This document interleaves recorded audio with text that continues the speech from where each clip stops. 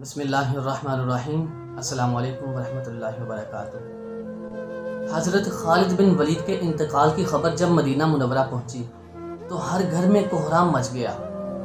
حضرت خالد بن ولید کو جب قبر میں اتارا جا رہا تھا تو لوگوں نے دیکھا کہ آپ کا گھوڑا اشجر، جس پر بیٹھ کر آپ نے تمام جنگیں لڑی، وہ بھی آنسو بہا رہا تھا۔ حضرت خالد بن ولید کے ترکے میں صرف ہتھیار تھے، جن میں تلواریں، نیزے اور خنجر تھے۔ ان ہتھیاروں کے علاوہ آپ کا ایک غلام تھا جو ہر وقت آپ کے ساتھ رہتا تھا۔ اللہ کی تلوار جس نے دو عظیم سلطنتوں روم اور ایران کے چراغ بجھا دیے۔ جب وفات کا وقت آیا تو پاس کچھ بھی نہ تھا۔ جو کچھ بھی کمایا اللہ کی راہ میں خرچ کر دیا۔ ساری زندگی میدان جہاد میں گزار دی۔ صحابہ کرام رضوان اللہ علیہم اجمعین فرماتے ہیں کہ آپ کی موجودگی میں شام اور عراق میں کوئی ایسا جمعہ ہم نے نہیں پڑھا کہ جس سے پہلے ہم نے کوئی شہر فتح نہ کر لیا ہو۔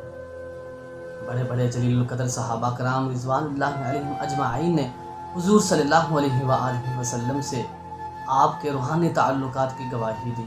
تو دوستو، حضرت خالد بن ولید کا امت مسلمہ کے لیے یہی ایک پیغام ہے کہ موت جب لکھی نہ ہو تو موت خود زندگی کی حفاظت کرتی ہے، لیکن جب موت مقدر بن جائے تو زندگی دوڑ کر موت سے لپٹ جاتی ہے۔ زندگی سے زیادہ کوئی جی نہیں سکتا اور موت سے پہلے کوئی مر نہیں سکتا۔ دنیا کے بزدلوں کو میرا یہ پیغام پہنچا دو کہ موت اگر میدان جہاد میں آنی ہوتی تو حضرت خالد بن ولید کو بستر پر موت نہ آتی۔